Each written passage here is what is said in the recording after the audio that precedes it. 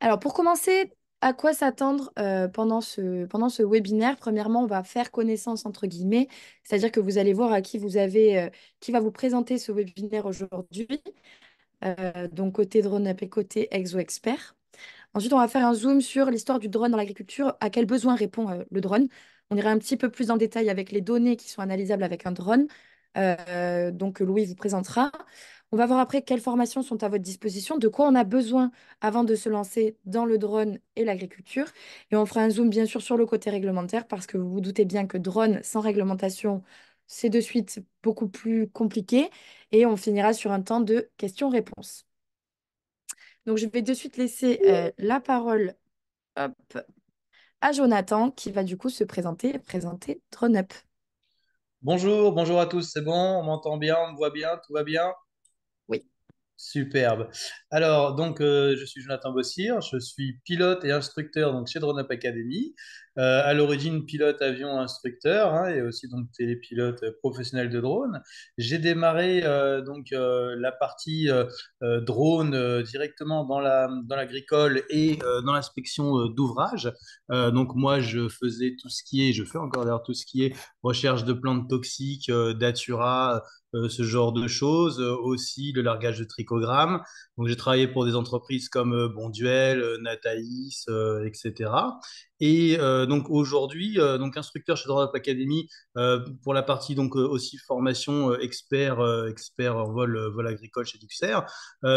Pour information quand même, Drone Academy c'est plusieurs centaines de télépilotes qui sont formés, c'est 49 centres drone édifices avec plus de 2000 pilotes chaque année formés donc au sein du réseau, donc avec la possibilité d'avoir des formations autres que l'agri, mais bien évidemment donc la formation agricole, on s'est rapproché des meilleurs donc de Exo Expert à qui je laisse la parole pour la suite de la présentation. Bonjour à tous, merci d'être venus si nombreux.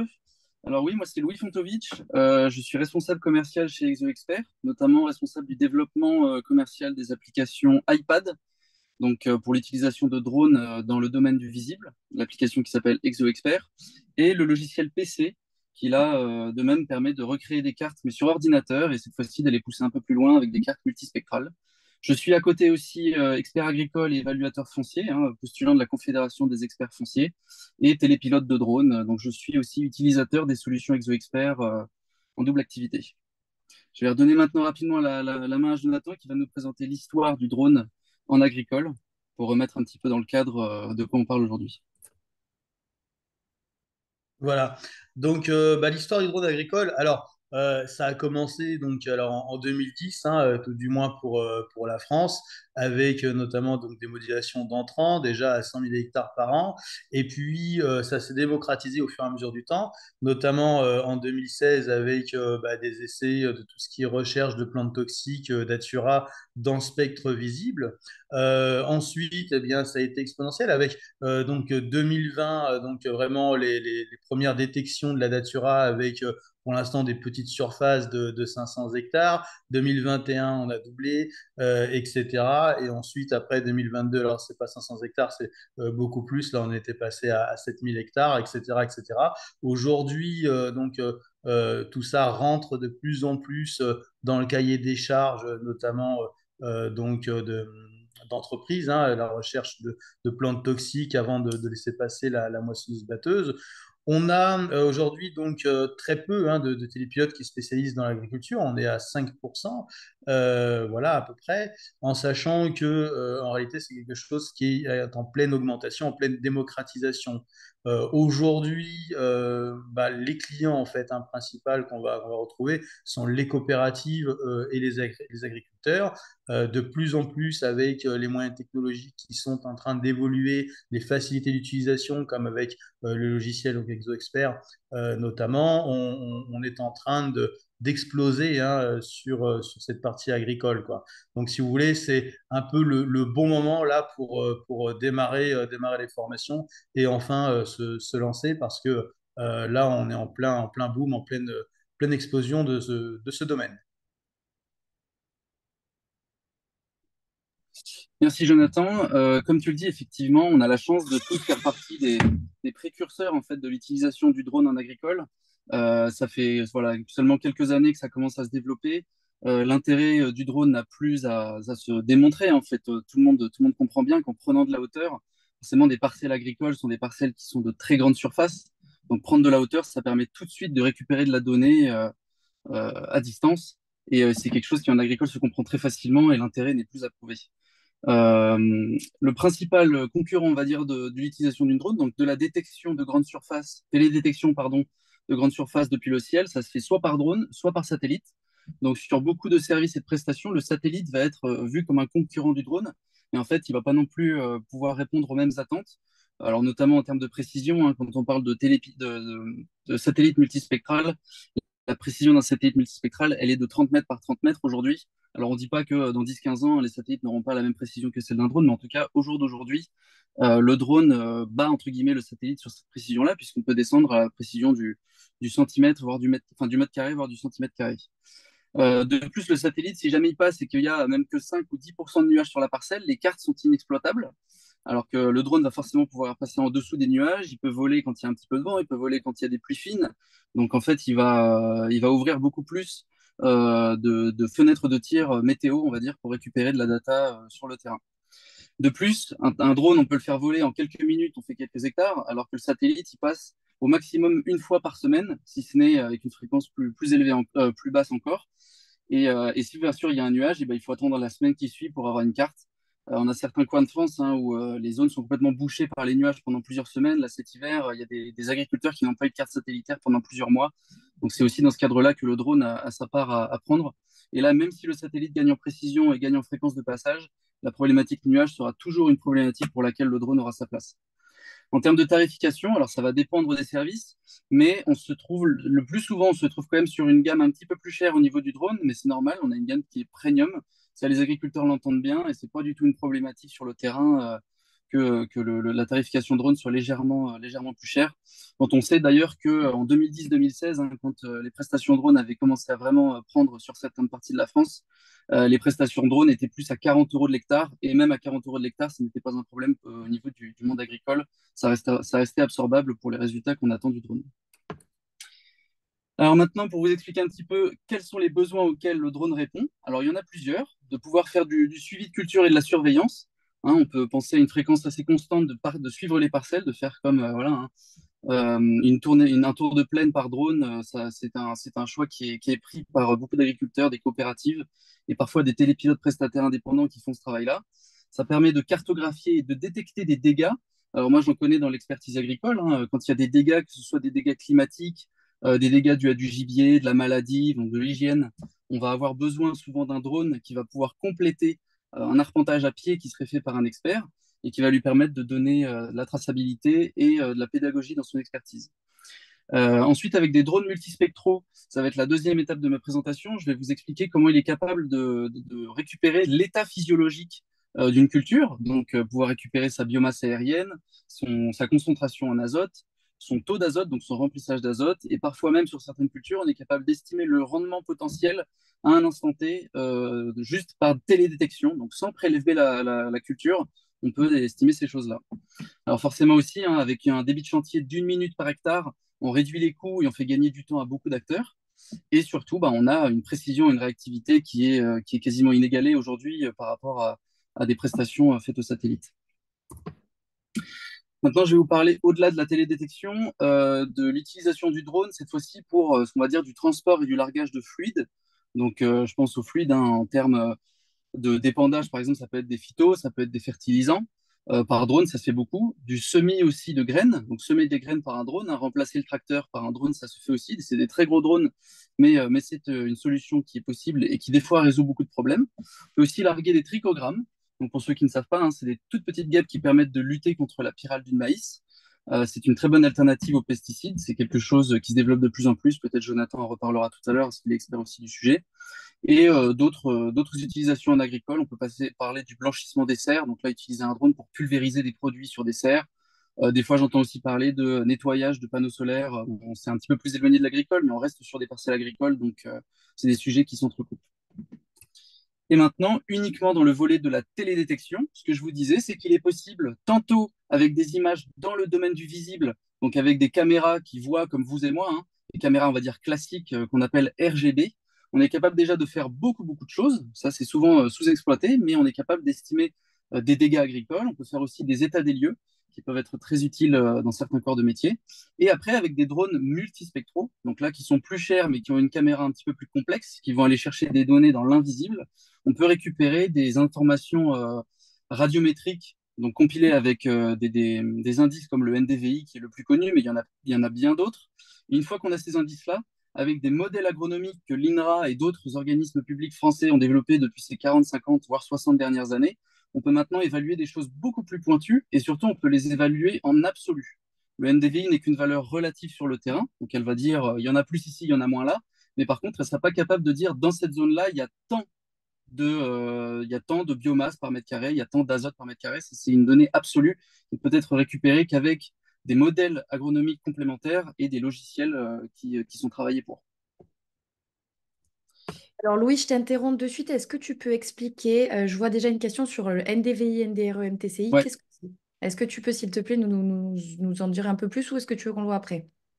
je te le dis bien maintenant. Alors en fait, ces indices-là, ce sont tout simplement des calculs faits avec les différents spectres.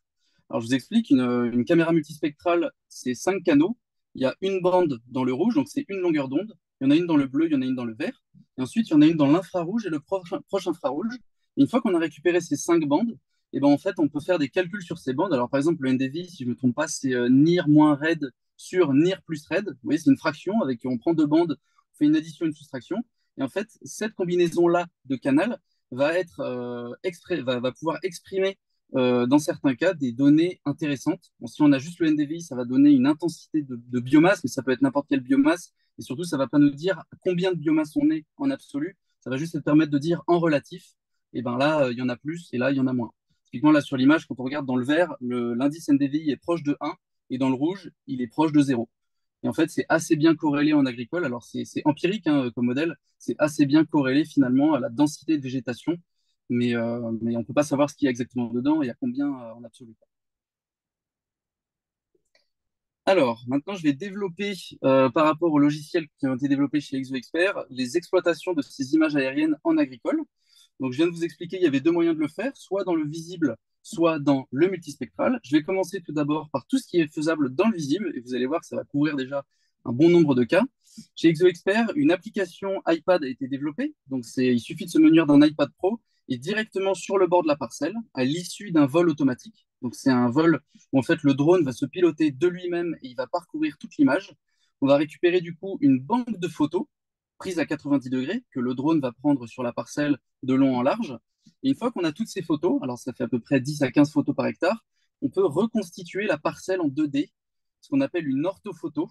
Et ça, on peut le faire directement sur le terrain, sur un iPad Pro avec le logiciel ExoExpert, et en quelques secondes. Donc il faut savoir que le débit de chantier du vol, c'est 1 minute par hectare. Et pour faire le calcul sur l'iPad, c'est à peu près 1 minute pour 10 hectares. Donc, si on a 10 hectares de parcelles à survoler, ça prendra, on va dire, 15 minutes au total et on aura la carte sous les yeux, la carte orthophoto, qui est du coup une grande photo de très grande résolution, qui a pour chaque pixel un point GPS régionalisé. Donc, tous les pixels sont régionalisés, ce qui nous permet par la suite d'utiliser, en fait, avec le logiciel ExoExpert, d'utiliser des outils de détection de surface, de dégâts, de comptage et tant d'autres que je vais vous présenter juste après. Donc, par exemple, le premier outil qui est souvent utilisé en expertise sur le terrain, c'est une fois qu'on a reconstitué la carte, on peut, si on le souhaite, dans un endroit donné de la carte, utiliser l'outil Loop qui va permettre de remonter à la résolution de la photo qui a été prise par le drone à cet endroit-là. Donc, pour ceux qui connaissent un petit peu les drones, ça, c'est une photo de sanglier qui a fait du dégât dans de la prairie, une photo qui a été prise à 120 mètres. Et vous voyez que même avec un drone en fait, de type loisir, hein, même s'il y en a d'autres qu'on pourrait utiliser pour cette application-là, déjà à 120 mètres, on est capable de voir beaucoup de choses, mais ça, c'est parce qu'on arrive à récupérer la résolution de la photo à cet endroit-là. Et en fait, c'est un outil qui va permettre très rapidement d'aller caractériser ce qui se passe au sol. Donc, ça peut être du dégât, mais ça peut être autre chose. Hein. S'il y en a qui utilisent ça sur des chantiers, des huissiers qui utilisent ça pour des voiries, etc., des toitures, des tuiles, c'est totalement faisable. Et l'idée, bah, c'est de pouvoir zoomer, en fait, zoomer au maximum à la résolution de la photo et caractériser ce qui se passe à cet endroit-là, avec d'ailleurs un indice de la surface correspondante au cercle qui est tout de suite indiqué Je voyais une question, c'est est-ce que c'est l'équivalent Pix4D? Dans un sens, oui, c'est un logiciel de reconstitution d'orthophoto, mais sur iPad. La différence, c'est qu'on fait ça sur iPad, donc on n'a pas une qualité qui est celle de l'ordinateur, mais en agricole, c'est une qualité qui est largement suffisante pour les estimations qui sont demandées dans le cadre des états des lieux et d'estimation de dégâts. Donc ça, c'était le premier outil, l'outil Loop. Ensuite, il y a un outil qu'on appelle l'outil Pipette, qui va permettre en fait d'aller pipeter un pixel sur notre image et de demander au logiciel d'aller chercher tous les pixels qui sont similaires sur l'image. Il y a un seuil de sensibilité que l'estimateur garde en main, qui va lui permettre en fait d'aller chercher la similarité exacte des pixels pour faire correspondre donc l'image binaire que vous voyez en noir et blanc avec l'image réelle. Là, pour le coup, on a piqueté par exemple du sol. C'est une parcelle de colza sur lequel il y avait un problème de levée. Donc, il y avait des endroits de la parcelle où il n'y avait plus du tout de colza. Et ben, on pointe du sol et avec le seuil de sensibilité correct que l'estimateur garde en main, on est capable de déterminer la surface quasi exact, on est à moins de 2% d'erreur en moyenne sur ce logiciel-là, quasi exact en fait de la surface de terre qui correspond à cette zone-là. Donc ça s'utilise pour de la terre sur une culture, mais ça peut aussi être utilisé pour des variations de couleurs autres que marron sur vert. Hein. Typiquement sur la photo d'après, on voit que ça marche aussi pour du régras. Donc le régras, c'est quoi? C'est des mauvaises herbes, des adventices. Alors il y a plein d'autres mauvaises herbes pour lesquelles ça marche, mais là pour le coup, c'est un cas de régras. Les organismes qui sont intéressés pour ces sujets-là, ça va être les assureurs, ça va être les organismes de suivi d'essai, donc beaucoup de coopératives, des organismes de recherche qui vont chercher à comparer la performance d'un phyto, la performance d'un fertilisant, la performance d'une variété. Donc c'est tout ça des sujets qui peuvent être intéressants à la fois pour ces organismes-là s'ils veulent s'équiper en interne et à la fois pour des télépilotes qui peuvent être prestataires pour eux. Bien sûr, c'est des prestations qui sont que quelques fois dans l'année, donc c'est rare aussi que ces organismes-là internalisent. Ça dépend des sujets, ça dépend des coûts. Prochaine diapo, donc maintenant, c'est un autre cas avec toujours le même outil pour vous montrer un petit peu la variabilité d'utilisation qui est faisable en fait avec un seul outil et avec des cartes dans le visible. Là, c'est détecter des surfaces de verse. Donc, pour le coup, là, c'est du blé qui a versé. Alors, la verse, qu'est-ce que c'est? C'est qu'en fait, quand une culture va pousser souvent trop vite ou qu'elle n'aura pas eu le temps de s'implanter suffisamment dans le sol pour avoir des racines suffisamment profondes, donc soit ça peut être une terre très superficielle ou alors de l'engrais qui a été mis un petit peu trop, de façon trop abondante, qui a permis à la culture de trop peu s'implanter et pousser assez vite. Donc après, il suffit d'une petite tempête ou d'un coup de vent pour que les cultures en fait versent. Donc il y a un effet domino qui se fait, elles se couchent les unes sur les autres et ça fait des pertes de rendement qui sont parfois dans certains cas indemnisables quand c'est le cas quand c'est dû à un aléa climatique indemnisable par des assureurs et pour lequel des experts fonciers vont pouvoir s'équiper ou des télépilotes indépendants pouvoir faire des analyses pour les agriculteurs directement ou pour les experts fonciers qui le souhaiteraient dans le cadre de leurs expertises. Un autre outil qui est réalisable sur l'application, donc là on change, donc ce n'est plus l'outil Pipette, c'est un outil de comptage. Donc c'est un outil en fait qui va s'utiliser de façon assez similaire, mais qui va être capable de ségréguer des objets sur un fond uni sur une carte. Donc ça s'utilise beaucoup pour faire du comptage dans de la vigne. On peut faire tout de suite sur 100 à 400 mètres carrés quasiment une densité de présents. On peut aussi compter les manquants et récupérer la coordonnée GPS des manquants si on le souhaite. Et ça, c'est une utilisation qui est très, très utile et qui commence de plus en plus à se démocratiser dans le cadre, je pense notamment à des états des lieux. Donc, on peut penser à une ouverture ou une fermeture de bail, comme pour un appartement ou une maison. Hein. Il y a énormément de terrains agricoles qui sont décorrélés. L'agriculteur qui cultive la terre n'est pas propriétaire forcément de ces terres, donc il va louer en fait la terre et pouvoir travailler dessus. Et pour ça, il y a un état des lieux d'entrée et un état des lieux de sortie, comme un appartement. Et donc, quand on a le moindre, sur certaines parcelles à haute valorisation, un cep peut coûter plusieurs milliers, voire certains même dizaines de milliers d'euros. Donc, on entend bien que s'il y a une incohérence entre l'ouverture et la fermeture du bail, des fois, ça peut mener à des litiges et ça peut mener à des versements dans un sens ou dans l'autre. Donc, quand on sait qu'une presta drone coûte à peu près entre 10 et 30 euros par hectare, sur ces sujets-là, on peut facilement l'absorber dans le cadre d'un état des lieux d'entrée ou d'un état des lieux de sortie. Il y a d'autres sujets, hein, le comptage de plantules, toujours des organismes de suivi d'essai. Je pense à des plantules de maïs et de tournesol, hein, pour des fédérations de chasse aussi en cas de dégâts. On peut compter des capitules de tournesol. Je crois que je ne me souviens plus. Non, on n'a pas mis cet exemple-là. On peut compter des noix dans des noyers. Ça a été fait en 2019 pendant la grande tempête qu'il y a eu dans le sud-ouest. Des arbres en sylviculture, après des choses un petit peu plus diverses, des melons. Mais tout ce qui est ségrégable à l'œil sur un fond uni sera comptable par l'application assez facilement. Un autre outil maintenant sur l'application ExoExpert, c'est l'utilisation de la représentation varie des données. Alors tout à l'heure, la question a été posée sur le NDVI, le NDRE, etc., les indices multispectraux. Et bien là, c'est exactement le même principe, c'est-à-dire qu'on va utiliser un indice qui n'est pas cette fois-ci multispectral, donc c'est une nouvelle combinaison. Plutôt que d'exprimer le rouge, vert, bleu dans un sens, et ben on va jouer un petit peu avec le rouge, le vert et le bleu, et on va l'exprimer dans un autre sens, mais toujours avec des caméras classiques, pour aller en fait accentuer les nuances de vert sur une parcelle. Donc ça marche très bien quand on va avoir par exemple de la prairie qui est un petit peu séchée, qui est séchante, ou des cultures qui sont en maladie, du charbon dans du blé, de la fusariose, pourquoi pas, ça peut se voir aussi. Là pour le coup, c'est un cas qui a été pris par exemple sur de la betterave. Donc on a de la jaunisse sur betterave qui s'est développée. On a travaillé avec le comité français de la betterave et d'autres entreprises qui font du suivi d'essais sur les betteraves sur ces sujets-là. Donc, on peut faire tout de suite des dizaines d'hectares et récupérer les foyers de jaunisse, qui sont des foyers en fait qui sont extrêmement petits, épars, qui sont très difficiles à pied à estimer, hein. Il faut toujours mettre en correspondance qu'est-ce qui aurait été fait à pied si le drone n'avait pas été là, pour comprendre quel est le vrai intérêt du drone dans ces cadres-là.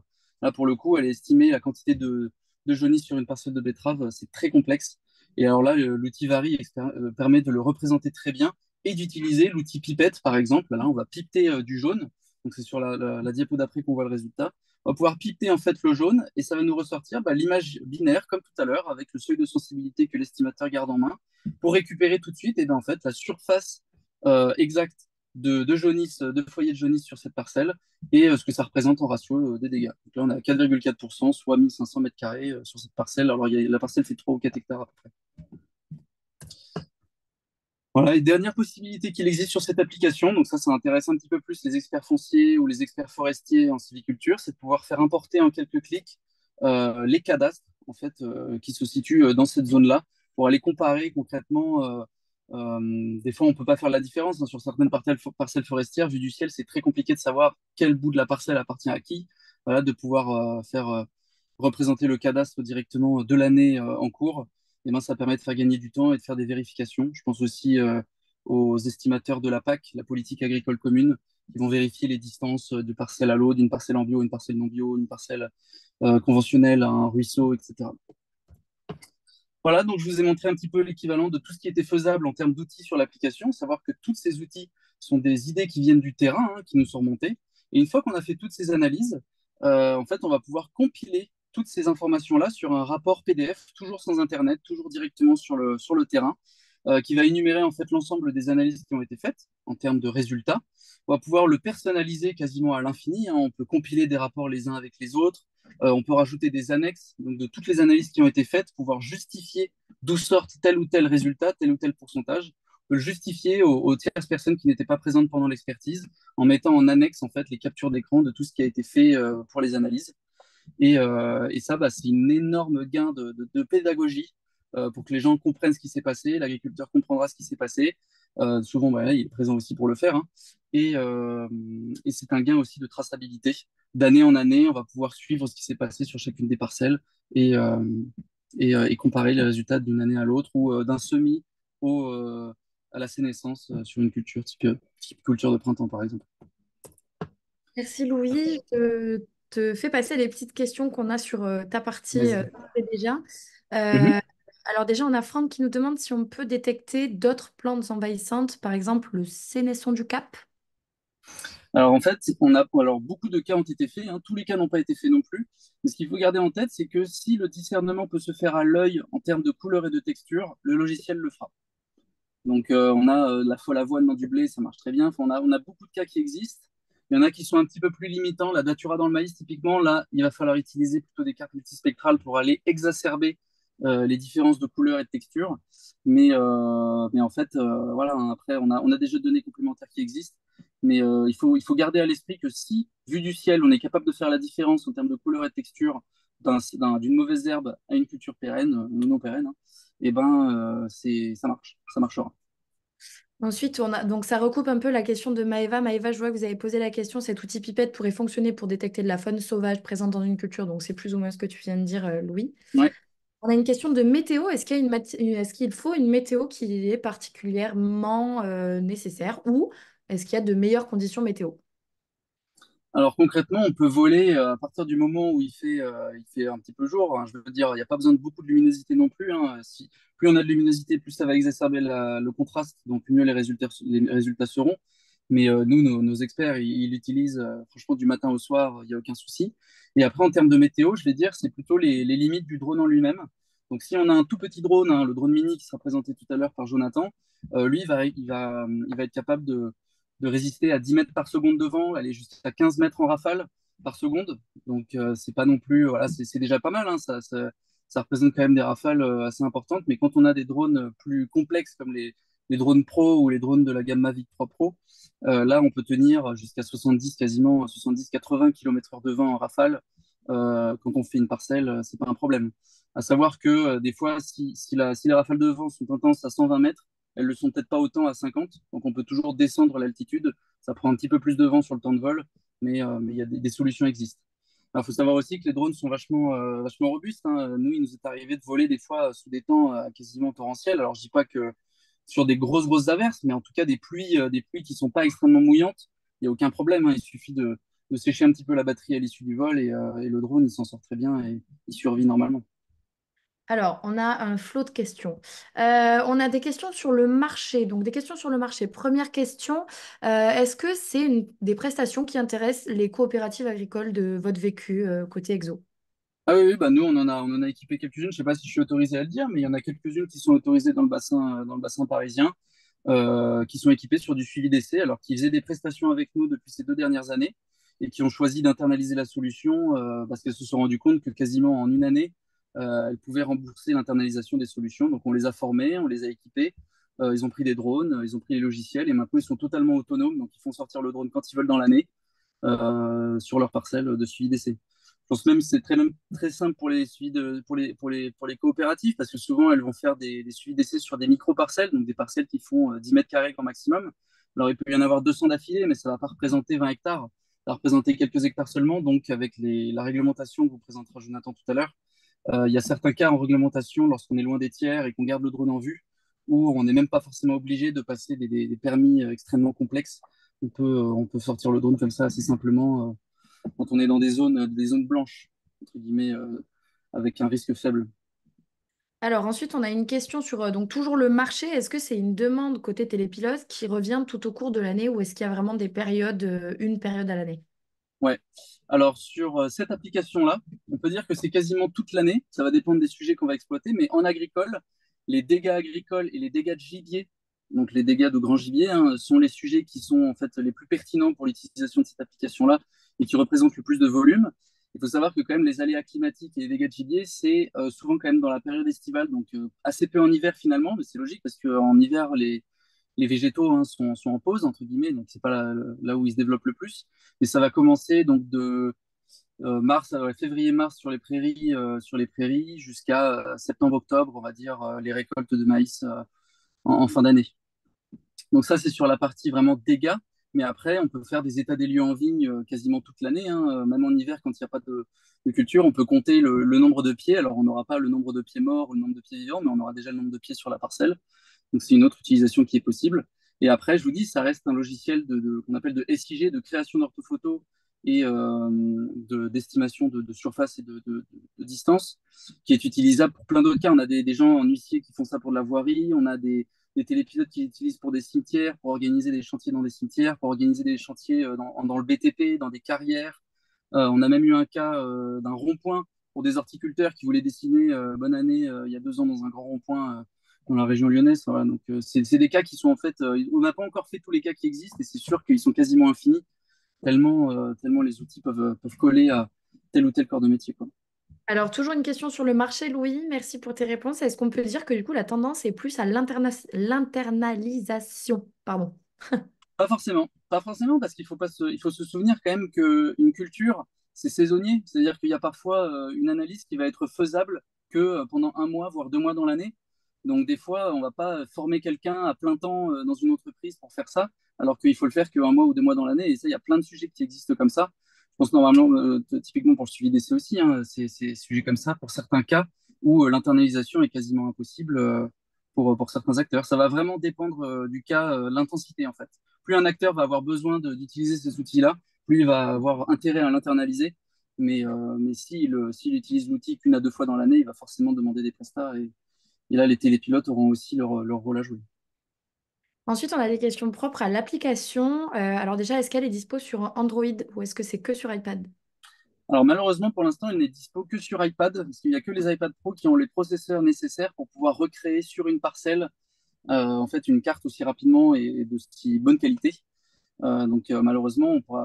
Alors pour l'instant, c'est pas encore faisable. Peut-être que d'ici 3-4 ans, quand les processeurs Android vont rattraper la performance de ceux des Apple, on en sera capable. Mais pour l'instant, c'est pas encore tout de suite le sujet et c'est pas encore faisable. Donc, euh, donc non, pour l'instant, l'application, elle n'est disponible que sur Apple. Ensuite, alors, on a une question, pardon, faut que je la retrouve. Pensez à poser vos questions, par contre, pour ceux qui les posent dans le chat, pensez à les poser dans l'onglet questions-réponses. Excuse-moi, je vais la retrouver. Ah oui, alors est-ce que cette appli, elle peut être utilisée avec n'importe quel drone qui a juste une caméra? On va Ouais, plus ou moins après, mais... concrètement, l'application n'est pas une application pour créer des plans de vol. Là, il va falloir utiliser des logiciels tiers, c'est souvent le logiciel du constructeur lui-même. Mais tous les drones du marché qui sont capables de faire un plan de vol automatique, donc c'est-à-dire qui sont capables de décoller automatiquement et d'aller prendre des photos à intervalles réguliers sur toute la parcelle automatiquement, ça représente maintenant quasiment tous les drones, hein, peuvent être compatibles avec cette application-là, parce que l'application, elle va faire que récupérer des photos. Donc, peu importe en fait la qualité de l'image, de la lentille, etc., le logiciel, il va aller chercher des pixels correspondants les uns des autres. Il va comparer ça d'une photo à l'autre en faisant juxtaposer en fait tous les points GPS des photos, les centres GPS des photos. Donc, non, non, tous les drones sont capables d'utiliser. On a même des gens qui font des cartes avec des drones thermiques. Et les cartes thermiques marchent aussi sur ce logiciel-là quand on paramètre correctement son drone. Ok, donc pour toutes les autres questions qui restent, comme je vous disais, comme on a un temps de questions-réponses dédié, on va avancer un peu sur la suite du contenu parce que je pense que les réponses se trouveront dans la suite. Ouais, Tac, donc du coup, je passe à la suite. c'est On va ça. sur le Donc là, je viens de vous présenter des outils qui existent et des solutions qui sont faisables, qui sont possibles avec des drones dans le visible. Et maintenant, je vais vous parler du drone multispectral. Alors, ça tient sur une diapo, hein, c'est pas très compliqué. Le drone multispectral, c'est la même chose. On pourrait faire la même chose avec des drones multispectrales.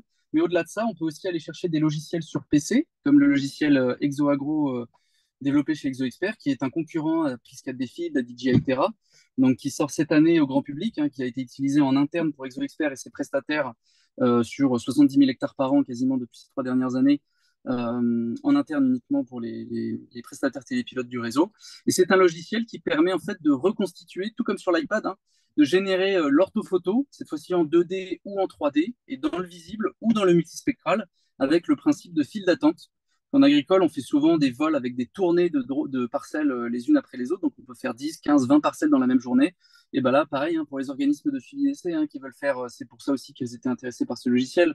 Si elles veulent faire 10, 15 parcelles d'essai à grande échelle ou des bandes, et ben, elles peuvent s'organiser pour faire les tournées et le soir, en un seul clic quasiment, de pouvoir demander la création de ces cartes les unes après les autres sous la forme d'une file d'attente. Et là, le PC va travailler toute la nuit pour recréer ces cartes. Une fois qu'on a ces cartes en multispectral, comme je vous ai dit, donc avec alors c'est l'indice NDVI, c'est vraiment ça représente quasiment 5 à 10% seulement de l'analyse, parce qu'au-delà de ça, une fois qu'on a l'indice NDVI et d'autres indices, d'ailleurs nous on n'utilise même pas l'indice NDVI, hein, et bien en fait on va compiler ces informations-là pour aller déterminer un état physiologique absolu du végétal à un instant T. Alors ça, on le fait du coup sur colza, blé, orge. Bientôt, on le fera sur maïs et prairies également. Mais l'idée, c'est de pouvoir récupérer la biomasse aérienne, la surface foliaire, la concentration en azote, le taux en azote. Et sur le blé et l'orge, on peut même être capable de déterminer le rendement à un instant T potentiel de la parcelle. Donc, on prend aussi les potentiels de sol en compte, hein, pour ceux qui connaissent un petit peu les sujets de la modulation. Comparé à la concurrence, nous, on prend vraiment en sol des cartes de sol si elles existent ou dessiner des potentiels dans la parcelle pour aller déplafonner certaines zones et plafonner certaines autres en fonction des potentiels de sol. Donc, une fois qu'on a cette carte avec l'état physiologique, l'étape d'après, c'est d'aller créer une préconisation d'azote. Donc là, c'est de pouvoir dire à l'agriculteur, eh ben, dans cette zone-là, ton blé ou ton colza ou ton orge, elle a besoin, agronomiquement parlant, de telle dose, et elle n'a pas besoin de telle dose pour atteindre le rendement potentiel qu'elle est en cours ou qu'on a fixé. Et cette dose globale est certifiée par le Comifère, donc qui est l'organisme français qui va en fait encadrer l'apport d'azote sur les parcelles en France. Donc, il y a certains logiciels qui sont labellisés, nous le sommes. Il faut savoir qu'un agriculteur ne peut pas en fait préconiser une dose d'azote s'il n'utilise pas un outil qui est certifié comifère. Donc là, nous, tous les télépilotes qui veulent aussi faire des cartes pour leurs agriculteurs parce qu'ils ont un réseau agricole, bah, c'est possible d'utiliser ce logiciel et de quasiment de A à Z, d'organiser sa tournée, faire les vols, récupérer les cartes, créer les cartes de préconisation et les envoyer à l'agriculteur avec un logiciel comme le nôtre qui est labellisé. On est les seuls en France à faire ce type de processus, que le télépilote puisse avoir la main de A à Z sur ce sujet-là.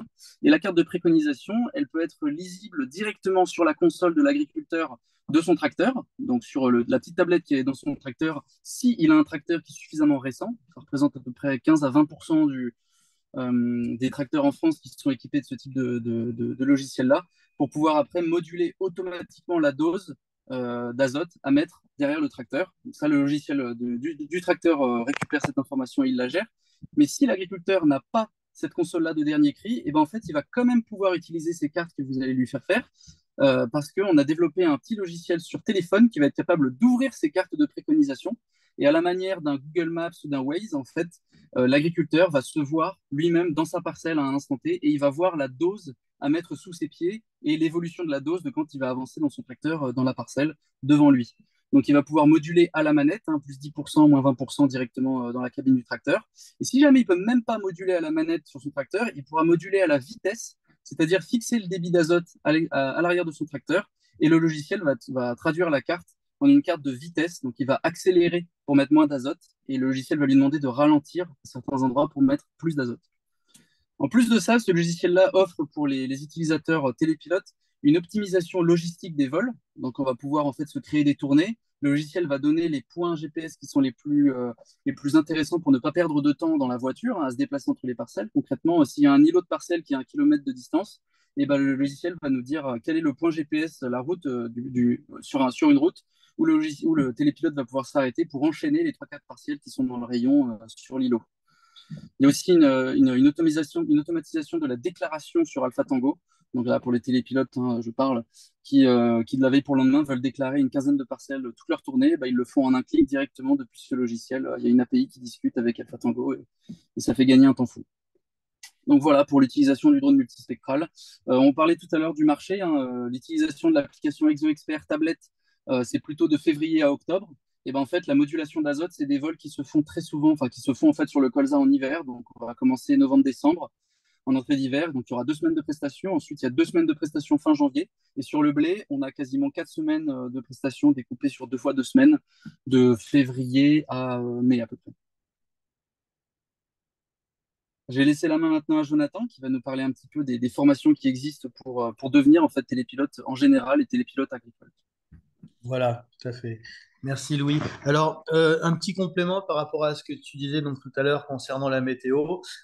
Juste attention de bien respecter les homologations du drone vis-à-vis notamment de la force du vent. Si votre drone est limité à 40 km/h de vent et que vous avez plus de 40 km/h de vent, je vous conseille voilà, de suivre l'homologation du drone et de ne pas sortir avec le drone. C'est vrai que techniquement, physiquement, les drones sont costauds, ils arrivent à bien résister. Par contre, en cas de problème, en cas d'accident ou d'incident, on pourrait vous reprocher de ne pas avoir suivi l'homologation du drone. Voilà, petit complément par rapport à ça. Alors, donc, faut-il avoir une formation? Première question à se poser. J'ai envie de vous répondre, bah oui, forcément, il faut avoir une formation. Alors, idéalement, donc, de la catégorie ouverte au STS. C'est-à-dire qu'en fait, vous avez la catégorie ouverte, donc A1, A3 et A2, qui vont vous permettre, dans un premier temps, de faire des vols donc, dans des conditions bien définies, en respectant la réglementation et en respectant aussi la classification des drones. Ça permet déjà de commencer à faire des choses intéressantes dans le spectre visible, donc c'est-à-dire avec l'utilisation d'un capteur tout à fait classique qu'on retrouve sur vos drones aujourd'hui, que ce soit aussi bien de la gamme DJI Mini, peu importe. OK. Et puis, au-delà de ça, bien sûr, on a la formation STS. Alors, bien sûr, la formation 1 à 3, hein, juste pour information, donc pour revenir dessus, on la passe donc sur le site d'Alpha Tango et sur Drone Up Academy. On a mis en place donc là une vidéo qui va être disponible pour l'auto-formation en A2. Voilà. Pour la partie donc catégorie spécifique, on a le STS 01 et le STS 02. Donc ça, ce sont des formations que nous dispensons. Le STS 01 est plus dédié en fait à, le- à la partie, on va dire, en agglomération, voilà, ce genre de choses. Et la partie STS 02, elle est vraiment faite pour faire notamment du vol hors vue, où là, on va pouvoir amener le drone donc à 1 kilomètre de distance et éventuellement rajouter un autre kilomètre si on a un observateur entre les deux. C'est ce qu'on utilise très souvent aussi dans la partie agricole lorsqu'on a des grandes surfaces à faire. Voilà. Mais donc, c'est bien possible hein, de démarrer au moins avec la catégorie ouverte en respectant bien évidemment donc la réglementation, donc notamment dès qu'on est en agglomération, ce genre de choses, ça peut poser quelques problèmes, mais on a de la chance parce que les champs sont rarement situés en agglomération.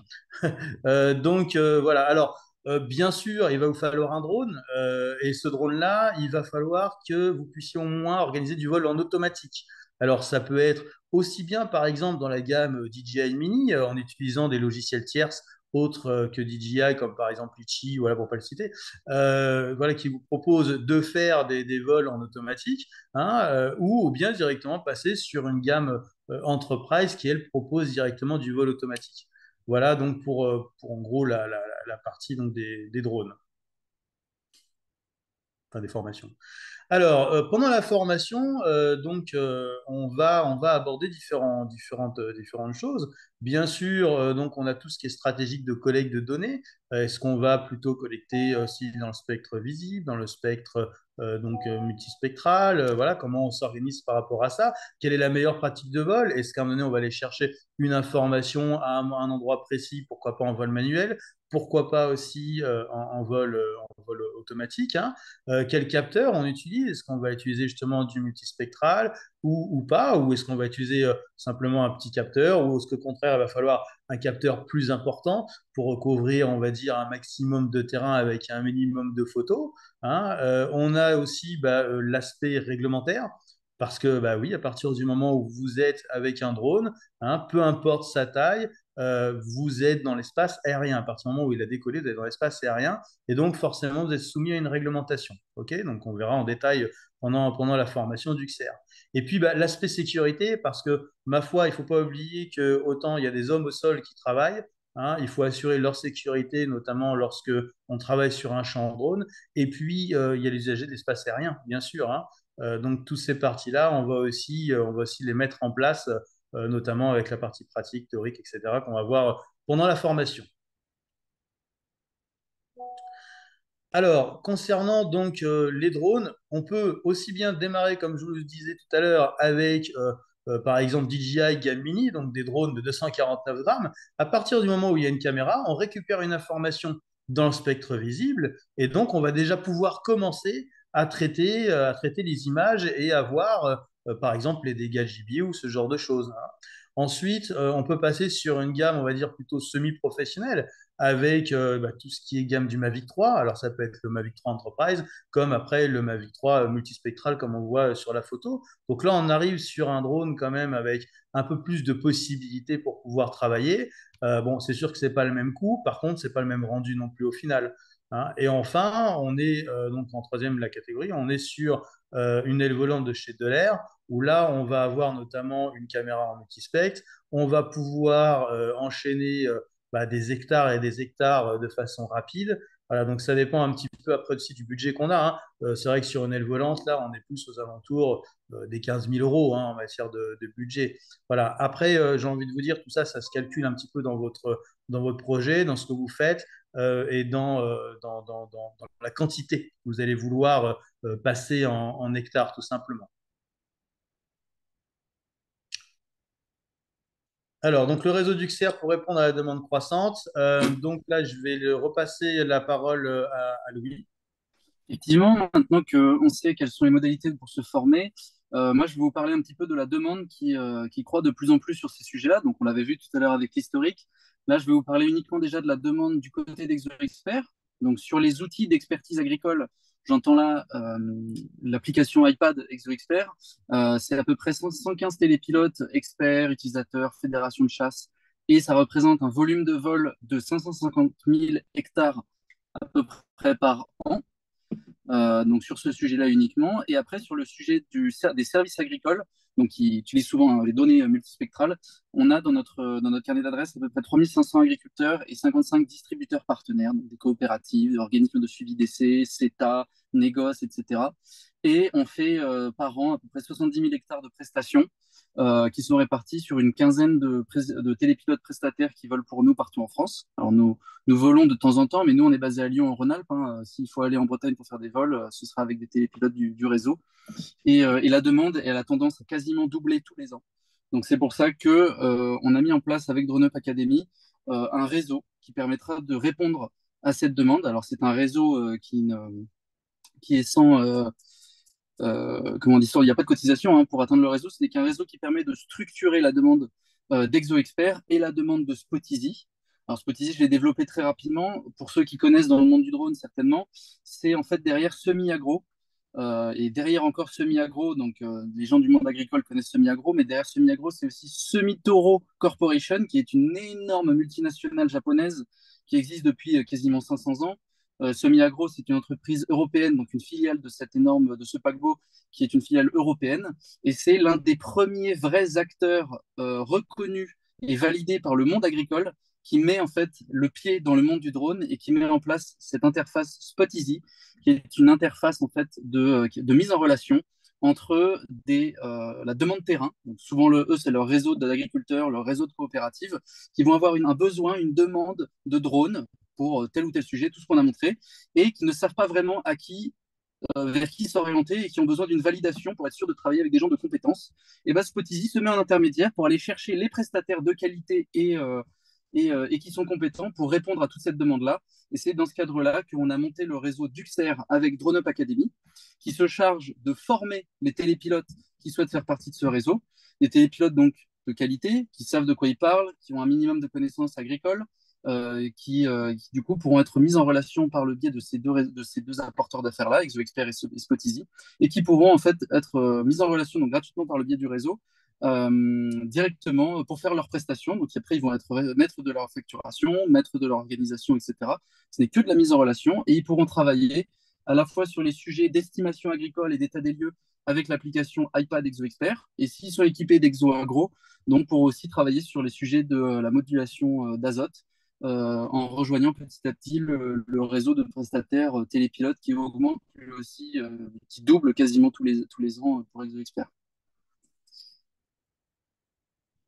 S'il y a des questions hein, sur ce réseau, il ne faudra pas hésiter. Et je rappelle que la formation est là, hein, elle fait 4 jours à peu près. Donc on va en parler juste après, mais elle fait 4 jours et elle permet de valider et d'avoir des gens de compétences et de qualité. C'est une demande aussi hein, de Spotizy qui a besoin de renvoyer. Enfin, ils ont une confiance qui leur a été accordée, ils ne veulent pas la saborder en envoyant à peu près n'importe qui sur le terrain. Donc il faut pouvoir valider ces compétences-là par le biais d'une formation. C'est vrai que à l'époque, bon moi quand j'ai démarré cette partie agricole, on n'avait pas tout ça. C'était très compliqué parce que déjà on n'avait pas des outils comme vous avez aujourd'hui. On n'avait pas les drones aussi comme vous savez aujourd'hui, puis on n'avait pas les réseaux. Donc c'est vrai qu'aujourd'hui avec une bonne formation, l'intégration d'un réseau et des drones top, vous arrivez maintenant à faire un boulot de quantité et de qualité vraiment tip top quoi. Donc c'est vrai que l'intégration réseau d'UXER avec la formation, l'outil ExoExpert, c'est vraiment un très très beau combo pour pouvoir être efficace dans ce domaine, quoi. Donc ouais, si j'avais eu ça à mon époque, ça m'aurait bien facilité la vie. Mais bon, c'était le début. Allez, on continue avec l'aspect réglementaire, donc en mission agricole.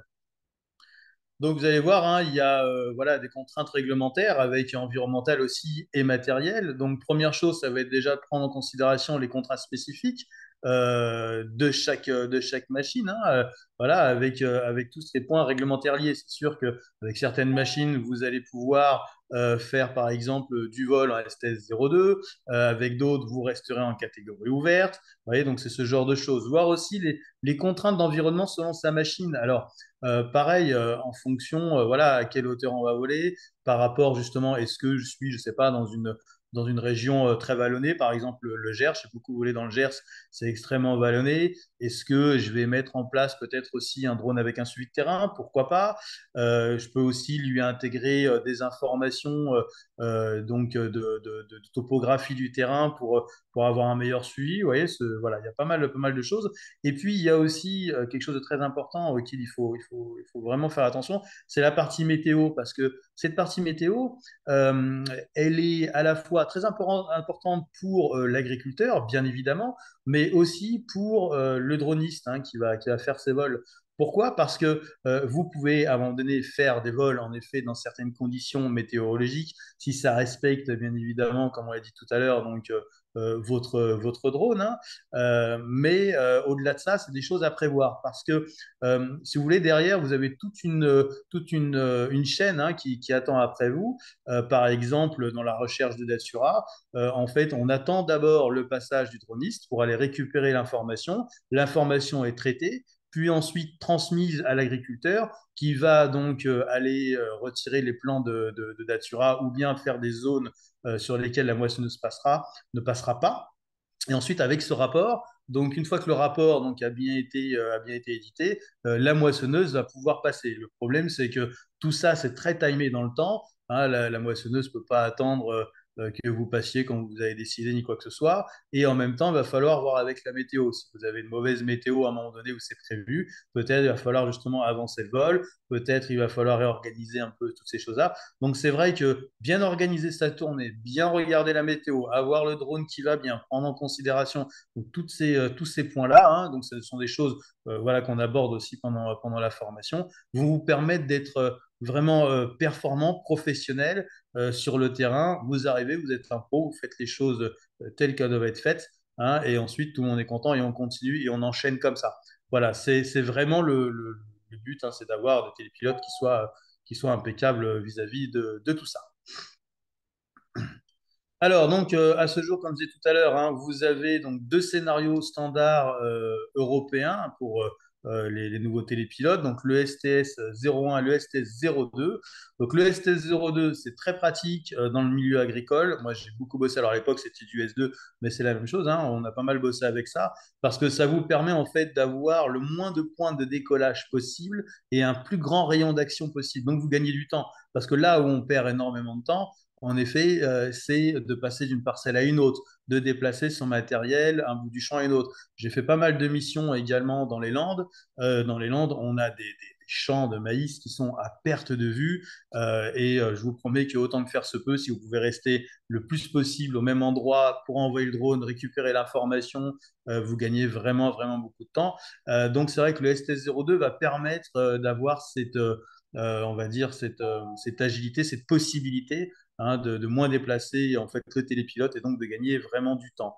Donc ces scénarios STS hein, sont applicables depuis le 1er janvier 2024 sous condition d'avoir des drones qui soient classés, hein, classés donc C5 pour la STS 01 et C6 pour la STS 02. Par contre, pour les anciens hein, qui ont été formés en S1, S2, S3, vous avez encore la possibilité de travailler avec les anciens scénarios standards nationaux jusqu'au 31 décembre 2025. Alors, euh, en quelques mots, après je laisserai Maëlys vous expliquer un petit peu plus, mais en quelques mots, il est possible aussi de travailler en dehors de tous ces scénarios. Par exemple, vous avez un drone de plus de 25 kg, hein, ça arrive de plus en plus en agricole aussi. Hein. Vous devez faire du largage, de la pulvée, vous devez étendre encore votre rayon d'action pour faire des vols, donc qui n'entrent pas dans les scénarios ni le STS 01, ni le STS 02, ni le S1, ni le S2, ni le S3. Bref, voilà, nulle part. Dans ce cas-là, qu'est-ce qu'il va falloir mettre en place? Il va falloir mettre en place ce qu'on appelle une PDRA. Alors, une PDRA, en quelques mots, c'est, si vous voulez, une possibilité de faire le vol en dehors de tous ces scénarios avec des risques prédéfinie à l'avance. Donc, il y a un petit cahier des charges qui dit, voilà, si je veux faire, par exemple, un vol en STS-02, OK, mais j'ai pas de drone C6. Bon, bah, dans ce cas-là, qu'est-ce que je vais faire? Eh bien, tout simplement, je vais faire un PDRA qui va m'autoriser, entre guillemets, à faire ce vol en STS-02, mais sans le drone qui va avec. Donc, je suis plus en STS-02, je serai en PDRA S02. Il y a simplement une liste, on va dire, dans le tableau de gauche qui vous dit voilà ce que vous devez avoir en termes de sécurité. Et dans le tableau de droite, vous devez simplement inscrire si ça correspond, voilà, si vous répondez bien à toute la sécurité qui est demandée sur la PDRA S02. Si tout correspond parfaitement, dans ce cas-là, vous pourrez faire donc votre vol en PDRA S02, donc qui sera l'équivalent, on va dire, du STS-02, mais sans le drone C6. Voilà. C'est un exemple parmi d'autres, il y en a pas mal d'autres, voilà. Et puis, juste pour terminer, si quelquefois, malheureusement, vous ne trouvez pas ni de scénario, ni de PDRA, eh ben, ils ont encore pensé à une solution pour vous. Ça s'appelle la SORA et ça permet en fait d'aller chercher donc une analyse des risques à la fois pour les usagers d'espace aérien, bien évidemment, mais aussi des risques au sol. Et si vous voulez, le but du jeu, c'est d'essayer de trouver un moyen pour atténuer ces risques au maximum. Donc, on va dire, bon, bah, OK, c'est quoi le risque, par exemple, pour les usagers au sol? Ça serait que le drone tombe dessus. OK, qu'est-ce qu'on pourrait mettre en place pour ça? Je ne sais pas, on pourrait mettre un parachute, par exemple. Vous voyez, voilà, c'est vraiment le but du jeu, c'est vraiment ça, c'est de minimiser au maximum le risque. On sait que le risque existe, le risque zéro n'existe pas, mais on va tout faire pour maximiser la sécurité. Voilà, en gros, dans les quelques... Ben, merci Jonathan, du coup, qui vous a effectivement bien résumé donc les PDRA et la méthode SORA. Moi, mon petit message, c'est tout simplement de vous dire qu'en termes de réglementation, vous le savez, on est là pour vous accompagner là-dessus pour ceux qui connaissent DroneKeeper. Donc, bien que souvent les vols agricoles sont quand même pardon, hors agglomération, les préparations de mission sont plus ou moins plus aisées. Pensez quand même à les préparer soit avec des plateformes si vous en avez besoin, soit sans plateforme. Mais si jamais vous avez besoin d'un accompagnement, justement, quand vous ne rentrez dans aucun scénario, que les PDRA ne suffisent pas, donc que vous n'avez pas de checklist qui correspond à votre type d'opération, qui correspond aux contraintes que vous n'arrivez pas à déverrouiller, en fait, tout simplement, avec les scénarios standards prédéfinis ou avec les PDRA. Des fois, les études SORA, ça peut être un peu compliqué.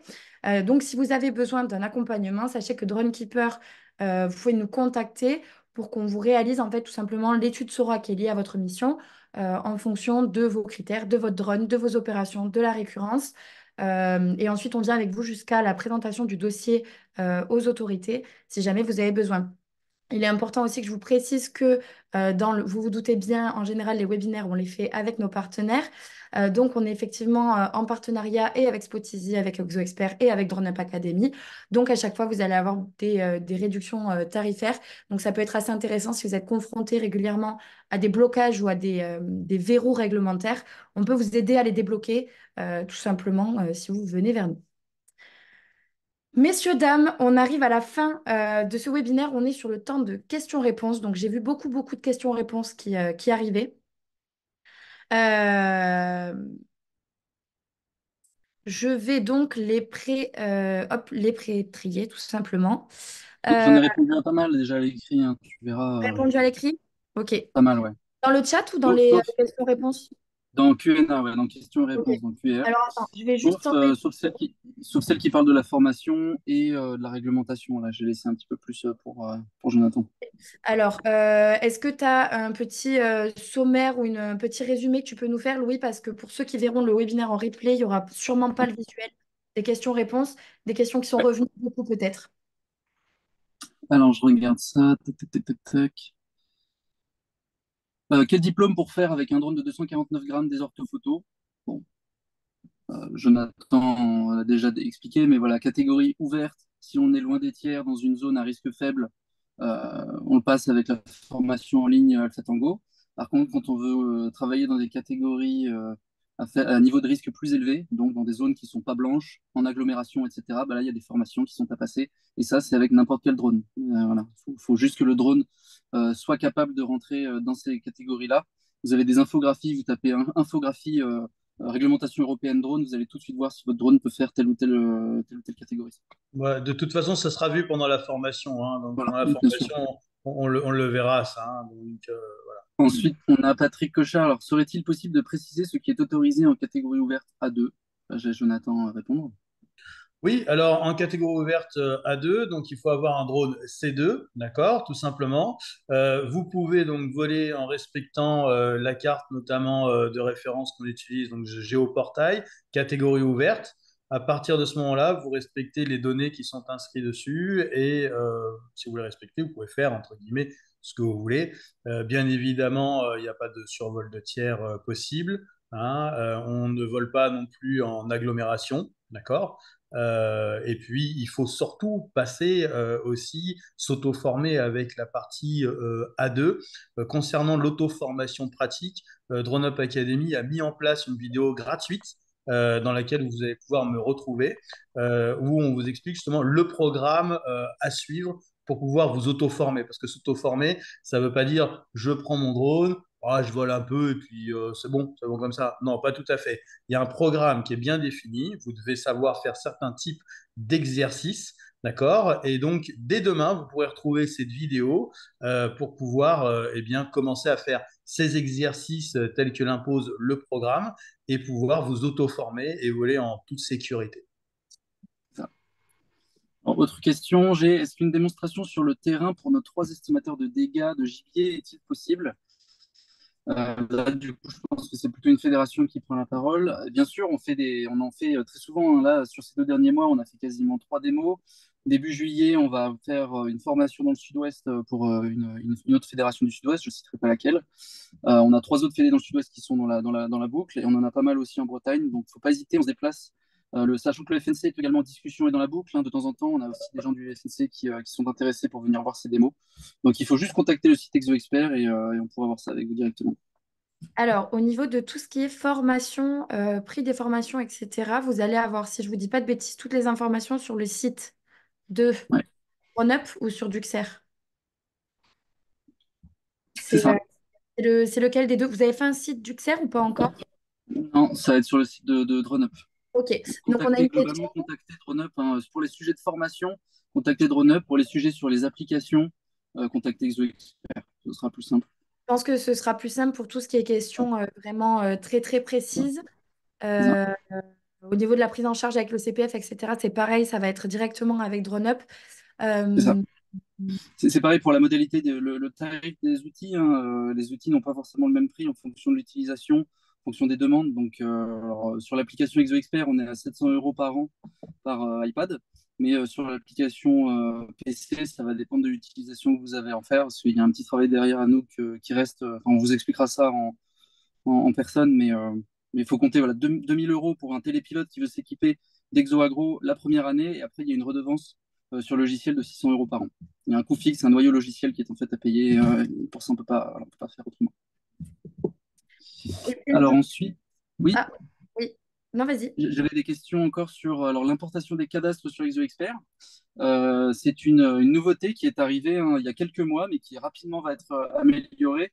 Donc, on peut importer les cadastres en important un fichier GeoJSON, hein, qui vient d'etalab.gouv, voilà, le site français qui enregistre tous les cadastres de sa commune, de son département. Donc, ça se fait assez rapidement, mais bientôt, il y a même une API qui a été développée par le gouvernement qui va permettre, en un clic sur ExoExpert, d'afficher les cadastres de l'année N sans avoir à les télécharger. Ça va arriver dans les prochains mois.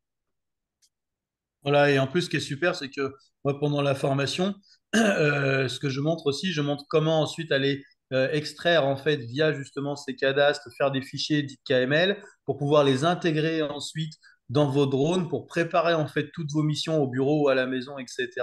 Et qu'une fois sur place, en fait, vous puissiez lancer le vol. Et en fait, le vol sera hyper précis sur la parcelle cadastrale en question. Comme ça vous évite à la fois de déborder chez le voisin puis surtout, ça vous fait gagner un temps fou parce que l'un des problèmes qu'on peut retrouver dans le monde agricole, pour avoir pas mal d'expérience dans ce domaine, hein, c'est de se retrouver face à des champs qui sont parfois d'un tenant sur des centaines d'hectares, je pense, dans les Landes. Et là, vous avez plusieurs propriétaires, en fait, hein. Et c'est vrai que quand on arrive sur place, alors nous, au début, on n'avait pas toutes ces choses absolument magnifiques. On est arrivé et si on avait beaucoup de chance, on avait l'agriculteur qui avait mis un peu de rubalise à certains endroits pour délimiter, mais il fallait chercher les morceaux de rubalise, c'était pas évident. Et puis là, c'est vrai qu'aujourd'hui, on va pouvoir extraire un fichier KML, pouvoir l'intégrer, etc. Dans ces plans de vol. C'est vraiment, vraiment top. Donc avec les parcelles cadastrales, alors là, on est au top, quoi. Je Alors pense après, qu'on a j'ai une petite fait question. Est-ce que les CPF sont pris en charge? Oui. mais ça dépend. Pour les Ça, c'est avec formations de Drone Grenoble. Academy, les CPF seront pris en charge. Les OPCO également. Donc, si vous avez des OPCO, c'est aussi possible de les prendre en charge. Est-ce qu'un vol auto est possible avec un DJI R2S? Oui. En fait, tous les drones loisirs de DJI peuvent faire des vols automatiques, sauf les derniers.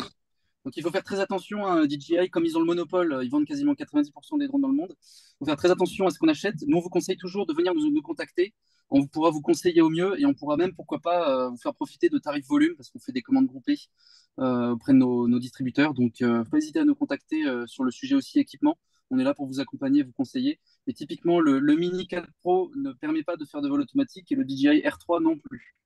Donc attention à, voilà, avant d'acheter, à bien prendre Ouais, conseil. les APK sont pas compatibles. Juste une petite précision concernant quand même le CPF. Attention, c'est pas valable pour la partie agricole. C'est valable pour la partie formation Mm, télépilote spécifique, hein. D'accord? c'est ça. Est-ce que l'appli fonctionne hors France? Oui, en Suisse, totalement, partout dans le monde, hein. L'application, elle tourne en Afrique, elle tourne en Amérique du Sud. Alors, on n'a pas beaucoup de clients, hein, mais on en a quelques-uns. On a la Réunion aussi. Euh, et peut-être bientôt en Martinique. On a un télépilote qui est en train de vendre des applis en Martinique aussi. Je Et on a pense, des clients en Italie, Belgique aussi. Voilà. je pense qu'on a fait le tour. Ouais, Pour toutes les questions qui sont très très spécifiques, n'hésitez pas à contacter directement DroneUp ou ExoExpert ou DroneKeeper selon votre besoin. Pour le webinaire, il sera disponible en replay à partir de cet après-midi. Toutes les personnes qui se sont inscrites de toute façon recevront le lien, sinon vous le retrouverez directement sur nos réseaux sociaux respectifs. Mais en tout cas, je vous remercie beaucoup pour votre présence et votre participation. Merci aussi à Oui, Jonathan, tu veux parler. Pardon, juste une petite chose. Je crois que Louis, si tu peux faire juste une petite correction concernant l'absence de redevance de mise en relation, je crois, concernant la partie du XR. Il n'y a pas de redevance normalement, hein. ah oui, c'est ça. Il C'est n'y a pas ça, de hein? redevance à faire partie du réseau, hein.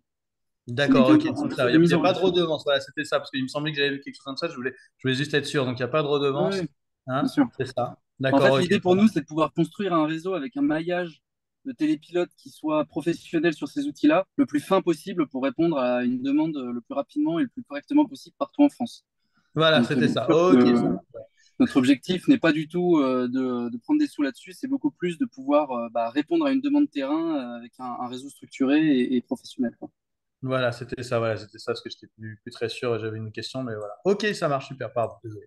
Donc du coup, je vous souhaite une belle journée à tous et à tous et à toutes, pardon. Merci beaucoup à ExoExpert et à DroneUp Academy d'avoir pris le temps de faire ce webinaire. J'espère que ça a répondu à vos questions. Si vous en avez d'autres, encore une fois, n'hésitez pas à venir vers nous.